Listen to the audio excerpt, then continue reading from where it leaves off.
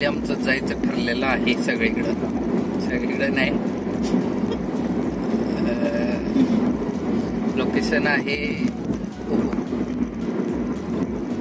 आहे राधानगरीचा डॅम बघायला निघालोय आम्ही. आता तुम्ही म्हणाल एवढ्या उन्हाळ्यामध्ये पाणी नसणार, डॅम बघायला जाणार, काय असणार तिथं. आणि त्यासोबतच दाजीपूर अभयारण्य पण आहे तिथं, ते पण बघणार आहे.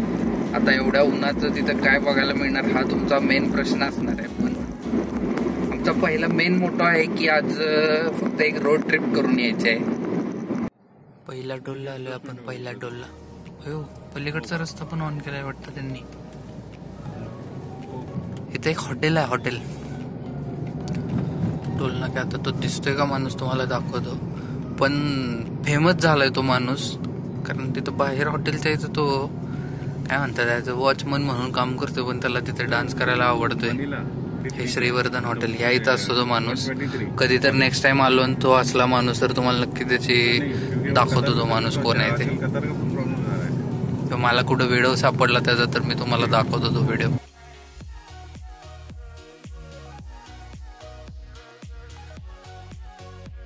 पण आज रोडला गर्दी खूप आहे, खूप. कारण पुढच्या थोड्याच दिवसात आता शाळा चालू होणार आहेत आज, त्यामुळं परत जाणाऱ्या लोकांची गर्दी खूप आहे. मगाशी वाटलं फक्त ट्रकचं ट्रॅफिक आहे, पण नाही. ट्रक सोबत कारचं पण ट्रॅफिक भरपूर आहे आज.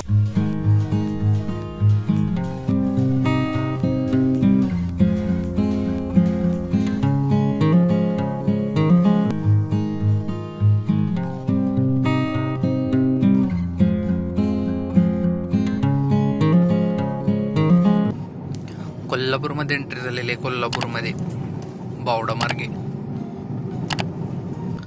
कोल्हापूर या विषयावर बोलायला खूप काही काही आहे.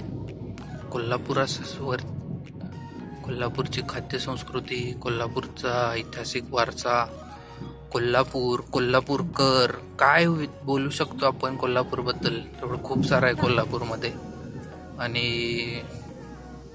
कधीतरी एक खास कोल्हापूरवरतीच आपण ब्लॉग बनवूया. One eternity later.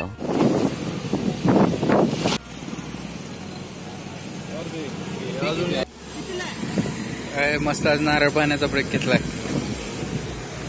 नारळ पाणी प्यायला थांबलोय.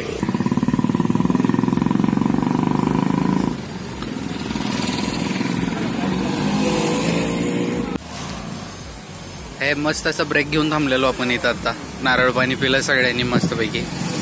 आणि अजून इथून पण आपल्याला भरपूर वेळ लागणार आहे जायला, बघू तरी. आणि आपल्याला पोचायला ते खूपच वेळ लागणार आहे, कारण आम्ही रोडवरती कुठं तरी जेवायला पण थांबणार आहे. रोडला ट्रॅफिक बघा इथं. कोल्हापूरमधून बाहेर पडायला लागलोय आणि कोल्हापूरमधून बाहेर पडता इथं थांबलोय आपण. मस्त रोड असणार आहे, पुढे झाडांची सावली वगैरे आहे इथं. भारी वाटतं इकडून जायला आता. आणि आत्ताच एक कोल्हापुरात एकानं आपल्या गाडी धडकवल्या इथं. जरा इथं त्यानं डेंट दिलाय इथं छोटासा आपल्याला. बघा कोल्हापुरातून बाहेर पडताच कसला भारी रस्ता आला इथं. आता छोटासा घाट आलाय, छोटासा घाट. आणि आपल्याला लवकरच आता कुठेतरी जेवायला जागा बघायची.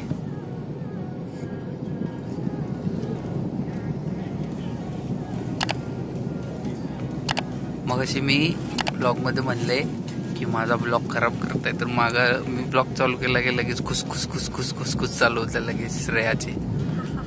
हे रस्त्यावर एका ठिकाणी आंबे दिसल्यात म्हणून थांबलोय. आणि मेन म्हणजे गाडी वळवून आणल्या तेवढ्यासाठी खास.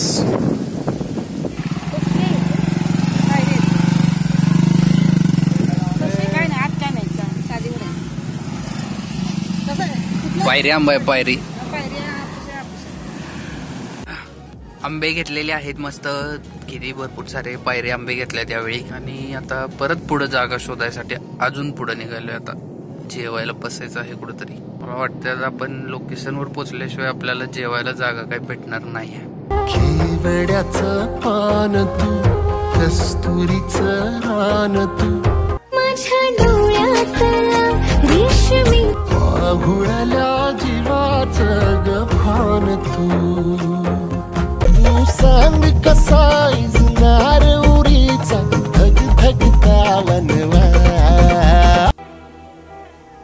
झुरता हुरहुरता आली उमलून माझ्या गाली प्रीत नवी मखमा. रोडवर आलो आणि रस्ताच बंद आहे. रस्ता कुठं आहे? ओके, आम्ही इथं ह्या JCB-ने एक रस्ता अडवून ठेवलाय पुढं, रोडचं काहीतरी काम चालू असल्यामुळं.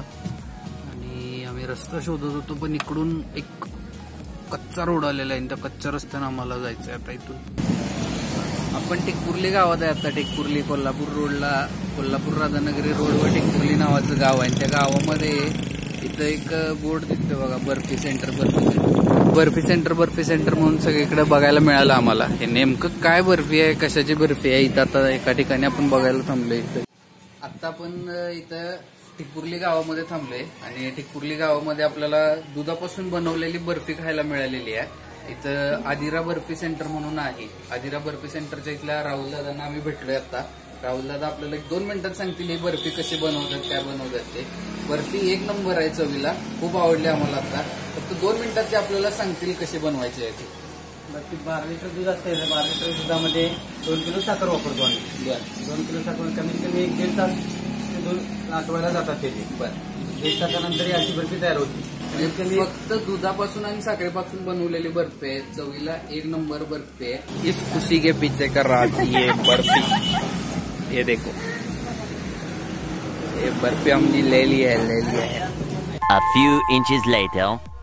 बाळूमामांच्या मंदिरात आलोय. बाळूमामांचं दर्शन घ्या मित्रांनो. आता तिथं हळूहळू पुढे जाऊन दाखवतो. आमचा प्लॅन राधानगरीला जायचा आहे. तुम्हाला सकाळी व्हिडिओमध्ये सांगितलं होतं की आम्ही राधानगरीला निघालोय, पण तुम्ही म्हणाली अचानक बाळूमामाच्या मंदिरात आदमापूरला कसं काय आला. तर आम्ही रोडवरतून येता येता आमच्या गाडीमध्ये सगळ्यांची चर्चा झाली आणि त्याच्यामध्ये आम्ही जरा प्लॅनमध्ये बदल केला आमच्या. तुम्हाला आता तिथं पुढं ती जाऊन मी थोडं मूर्तीचं पण दर्शन घडवून आणतो.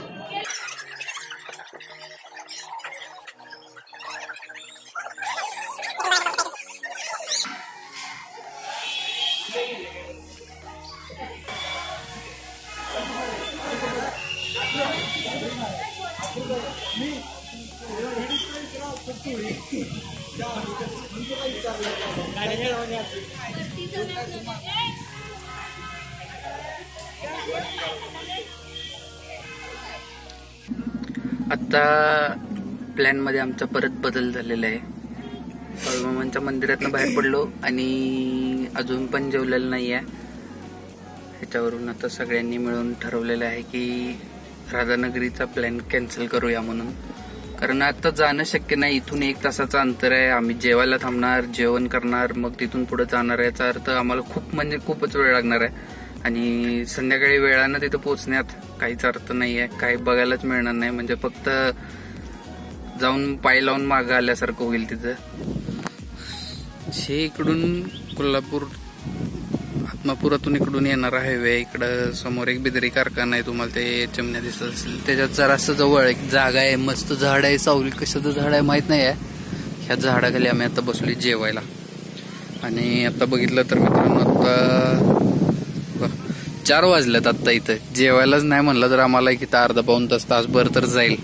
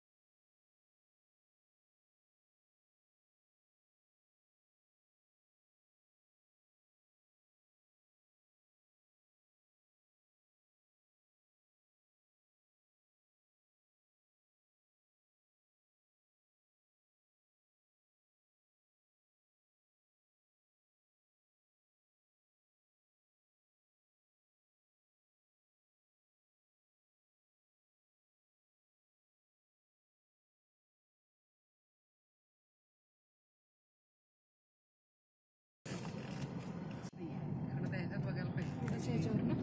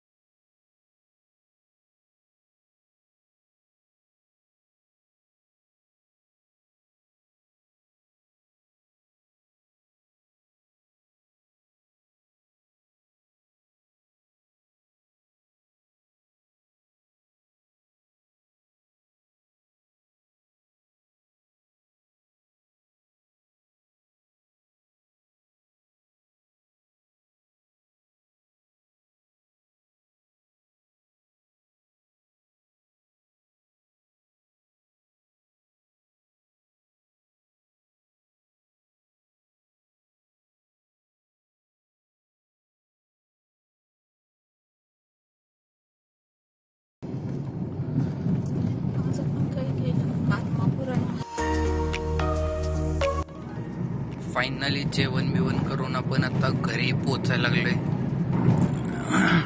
इस्लामपुरातल्या लोकांना इथून आल्यानंतर समजेलच की हा कुठला रोड आलेला आहे. ते 12ला 5 मिनिटं कमी आहेत आणि आत्ता आम्ही घरी पोचलो. इथं जेवण खाणं करून आवरून आलो सगळं घरी. आता